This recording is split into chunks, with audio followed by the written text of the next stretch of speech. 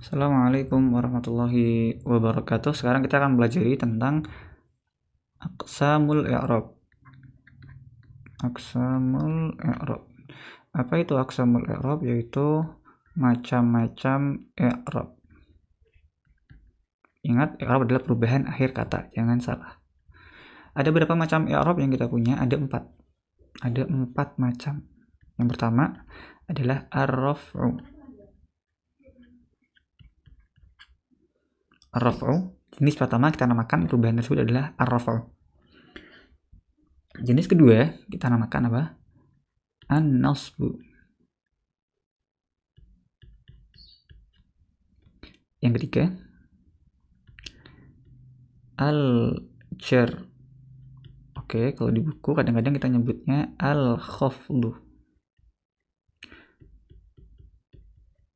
Sama aja ya, al-jar dan al-khafdu. Mungkin saya bahkan lebih kejelaskan ke kata-kata al-jar aja menggunakannya, biar lebih familiar.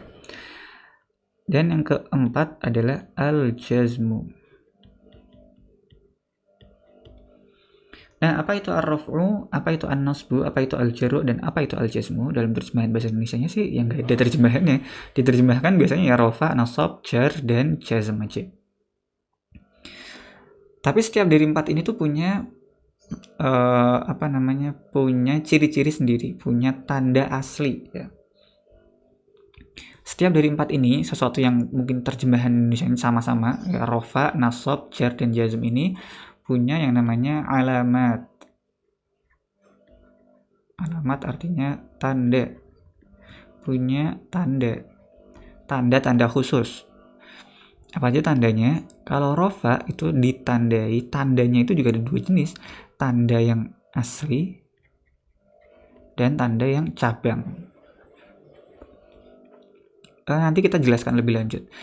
Nah, tapi sekarang kita mau fokus di yang pertama dulu, tanda aslinya. Rafa memiliki tanda asli adalah dhammah. Jadi kalau misalnya ada yang nanya, rafa itu apa sih? Rafa itu adalah sebuah dhammah atau yang mewakilinya atau cabang-cabang dari dhammah tersebut yang disebabkan karena adanya amil. Dhammah ini terjadi karena adanya amil. Itu maka kita sebut itu menjadi sebuah rafa. Jadi kalau ada yang rafa itu apa? Rafa itu adalah dhammah atau yang mewakilinya yang nanti akan kita jelaskan satu persatu yang terjadi karena adanya amil. Atau nasab. Nasab ini tanda aslinya adalah fathah. Kalian nanya, nasab itu apa? Nasab itu adalah fathah. Yang fathah ini terjadi karena adanya amil yang menyebabkan dia menjadi nasab. Al-jar adalah kasroh tanda aslinya, sementara al-jazm adalah sukun. Ingat, kita harus hafal 4-4-nya. Rafa ditandai dengan dhammah, nasab ditandai dengan fathah, tanda asli ya. Jar ditandai dengan atau khafad ditandai dengan kasroh, dan jazm ditandai dengan sukun. Misalnya kita ambilkan dalam contoh kata-kata.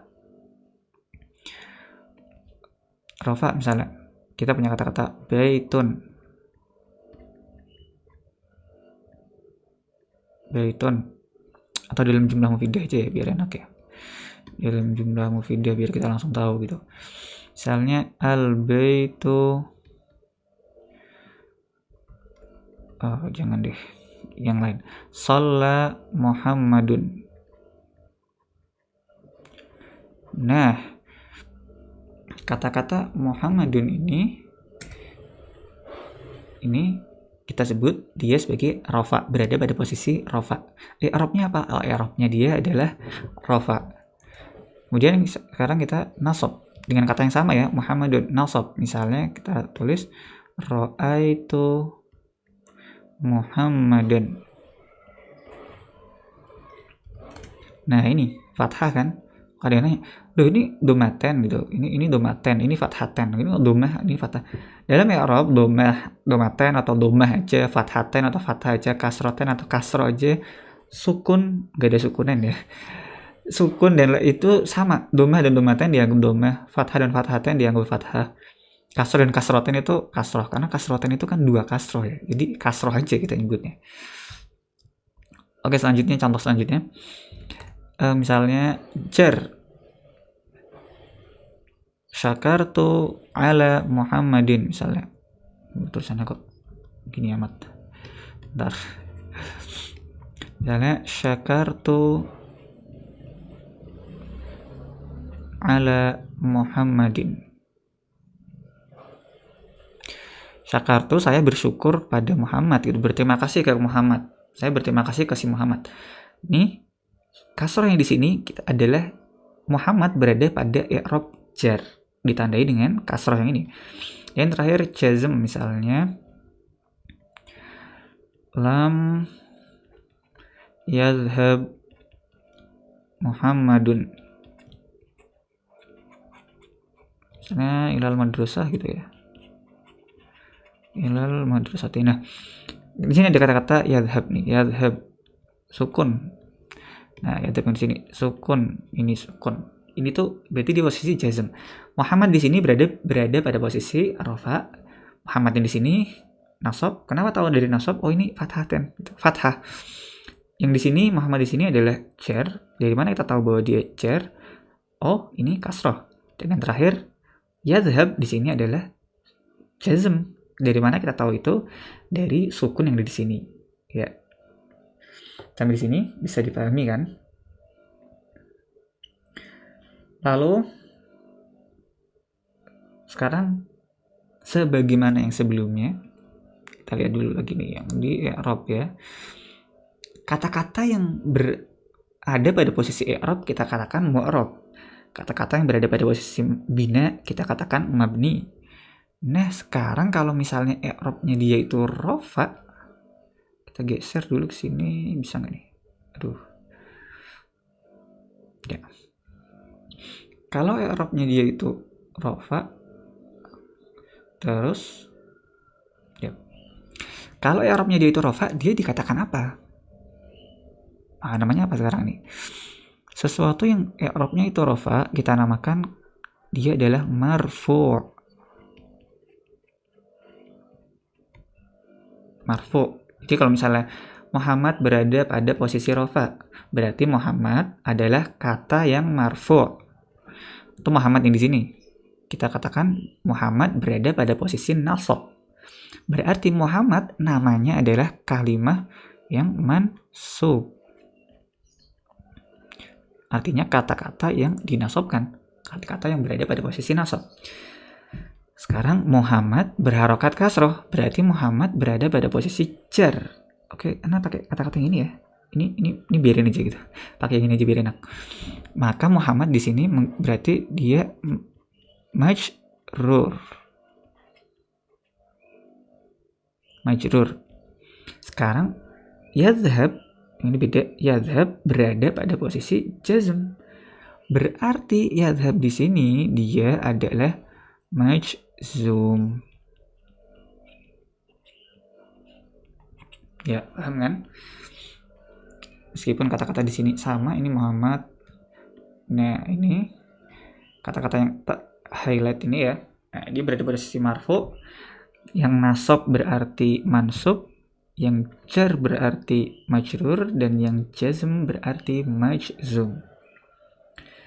Sekarang kalau kita lihat-lihat lagi, coba dilihat di sini. Ini kata-kata Muhammad, ini Muhammad, ini Muhammad, ini isim. Bener kan? Ini yadhhab, ini fi'il. Nah, kok bisa ini fi'il ini? Gimana ini? Fi'il. Ini kok isim, kok ini fi'il? Nah, jadi di antara keempat ini yaitu rafa, nasab, jar, dan jazm ini, ada yang bisa masuk ke fi'il, isim, atau dua-duanya. Sekarang kita lihat lagi. Rafa dia bisa masuk ke dua hal, yaitu isim. Isim bisa rafa, fi'il juga bisa rafa. Fi'il juga bisa rafa. Nasab, isim bisa nasab, fi'il juga bisa nasab.